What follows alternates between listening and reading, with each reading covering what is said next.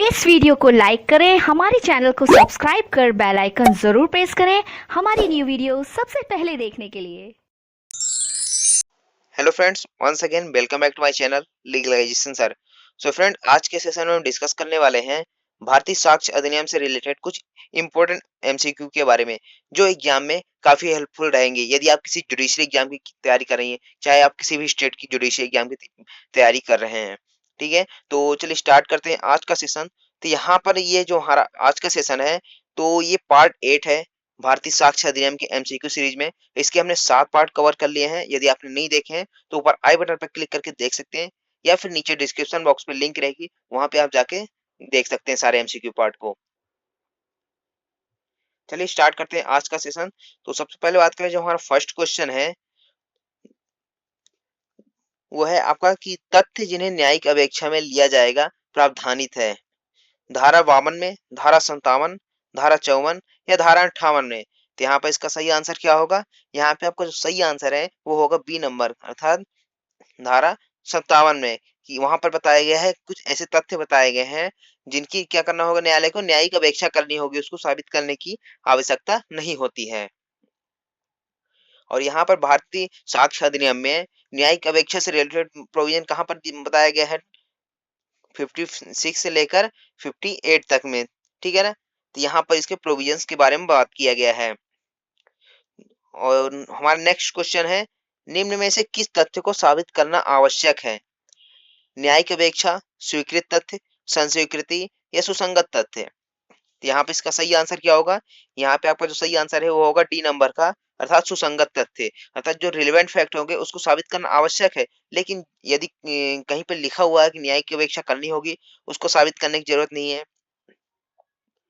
कोई यदि पक्षकारों ने क्या किया, किसी फैक्ट को स्वीकृत कर लिया है, पहले से ही स्वीकार कर लिया है, तो उसको भी साबित करने की आवश्यकता नहीं है। और तीसरा है आपको संस्वीकृति। यदि जो अभियुक्त व्यक्ति होता है वो स्वयं से संस्वीकृति करता है, तो उसको भी साबित करने की आवश्यकता नहीं होती है। लेकिन यहाँ पे जो कोई रिलेवेंट फैक्ट है उसको साबित करना आवश्यक है। यहाँ पे इसका सही आंसर क्या होगा? D number. उसके बाद है थर्ड क्वेश्चन, साक्ष्य अधिनियम 1872 के अधीन किन तथ्यों को साबित करना जरूरी नहीं है? तथ्य जो न्यायिक रूप से अवेक्षणीय हो, तथ्य जिन पर प्रतिरक्षा वकील ध्यान दे, विवादक तथ्य या इनमें से कोई नहीं। तो यहाँ पे इसका सही आंसर क्या होगा? इसका सही आंसर होगा ए नंबर का, अर्थात तथ्य जो न्यायिक रूप से अवेक्षणीय हो उसको साबित करना आवश्यक नहीं है, जरूरी नहीं है। इससे रिलेटेड काफी क्वेश्चन आते हैं एग्जाम में, ठीक है। तो उसके बाद फोर्थ क्वेश्चन है हमारा, साक्ष्य अधिनियम के अंतर्गत जिस तथ्य की न्यायालय न्यायिक अपेक्षा करेगा उसे साबित किया जा सकेगा, साबित करना आवश्यक है, साबित करना आवश्यक नहीं है या इनमें से कोई नहीं। तो यहाँ पे इसका सही आंसर क्या होगा? यहाँ पे इसका सही आंसर होगा सी नंबर, अर्थात साबित करना आवश्यक नहीं है। और यदि आपको मेरे लेक्चर से रिलेटेड कोई डाउट है या फिर लॉ से रिलेटेड कोई क्वेरी है, तो आप इस इंस्टाग्राम अकाउंट में मैसेज कर सकते हैं, जहाँ पे आपके सारे डाउट क्लियर किए जाएंगे। उसके बाद है फिफ्थ क्वेश्चन, निम्न में से कौन सा वाद न्यायिक अपेक्षा से संबंधित है? अब यहाँ पे 4 केस बताए गए हैं, तो बताना है आपको कौन से न्यायिक अपेक्षा से संबंधित है केस। राम नारायण वर्सेस उत्तर प्रदेश राज्य, वीर सिंह बनाम उत्तर प्रदेश, हरिशंकर जैन बनाम सोनिया गांधी, परिषादी बनाम राज्य। तो यहाँ पे इसका सही आंसर क्या होगा? यदि आपको किसी भी क्वेश्चन का आंसर पता है तो प्लीज कमेंट बॉक्स में कमेंट करके जरूर बताइएगा। यहाँ पे फिफ्थ का सही आंसर क्या होगा? बी नंबर, अर्थात वीर सिंह बनाम उत्तर प्रदेश राज्य। उसके बाद है सिक्स, निम्न में से किसे साबित करना होगा? न्यायिक रूप से अवेक्षणीय तथ्य, पक्षकारों द्वारा स्वीकार किए गए तथ्य, न्यायालय का कोई पूर्व निर्णय हो या उपरोक्त में से कोई नहीं। यहाँ पे इसका सही आंसर क्या होगा?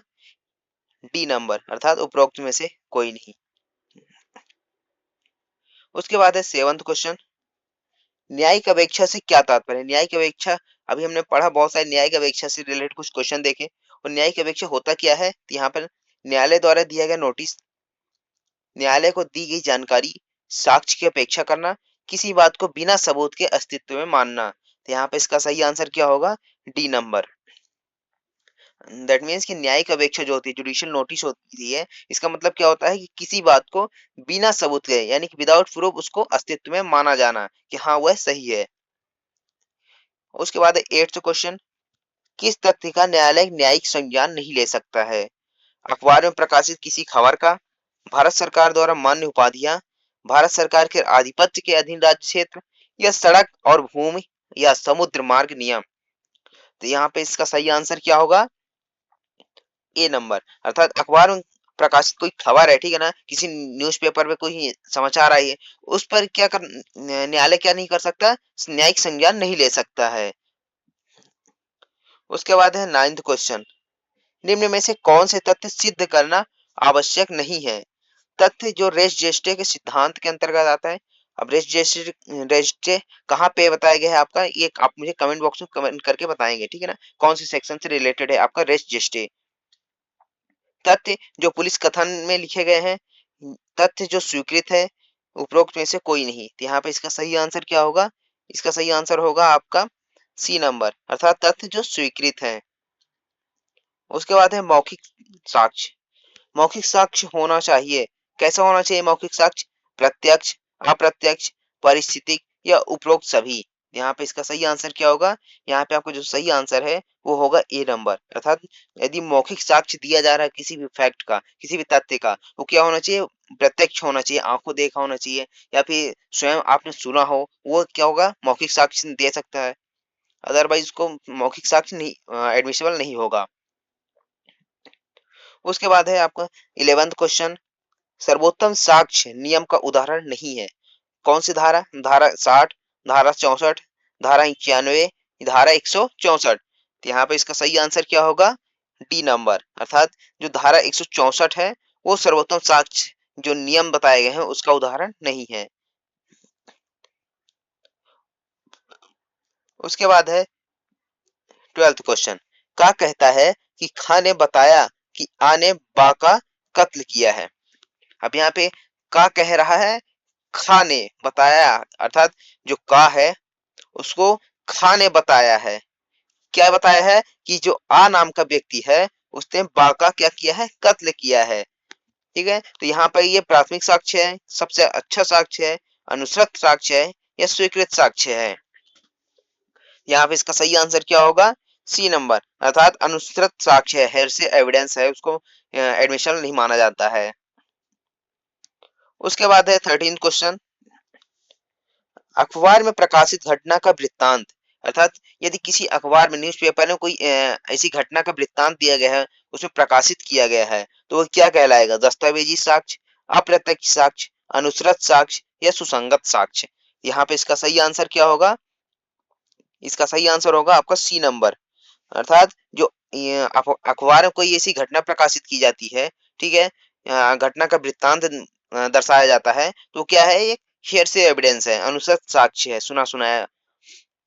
उसके बाद है 14th नंबर, दस्तावेजों की अंतर्वस्तु सिद्ध की जा सकती है प्राथमिक साक्ष्य द्वारा, द्वितीयक साक्ष्य द्वारा, या ए और बी दोनों सही हैं, या उपरोक्त सभी गलत हैं?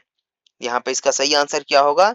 सी नंबर, अर्थात ए और बी दोनों सही, अर्थात प्राथमिक साक्ष्य द्वारा भी और द्वितीयक साक्ष्य के द्वारा भी दस्तावेजों की अंतर्वस्तु को क्या किया जा सकता है? प्रूव किया जा सकता है, सिद्ध किया जा सकता है।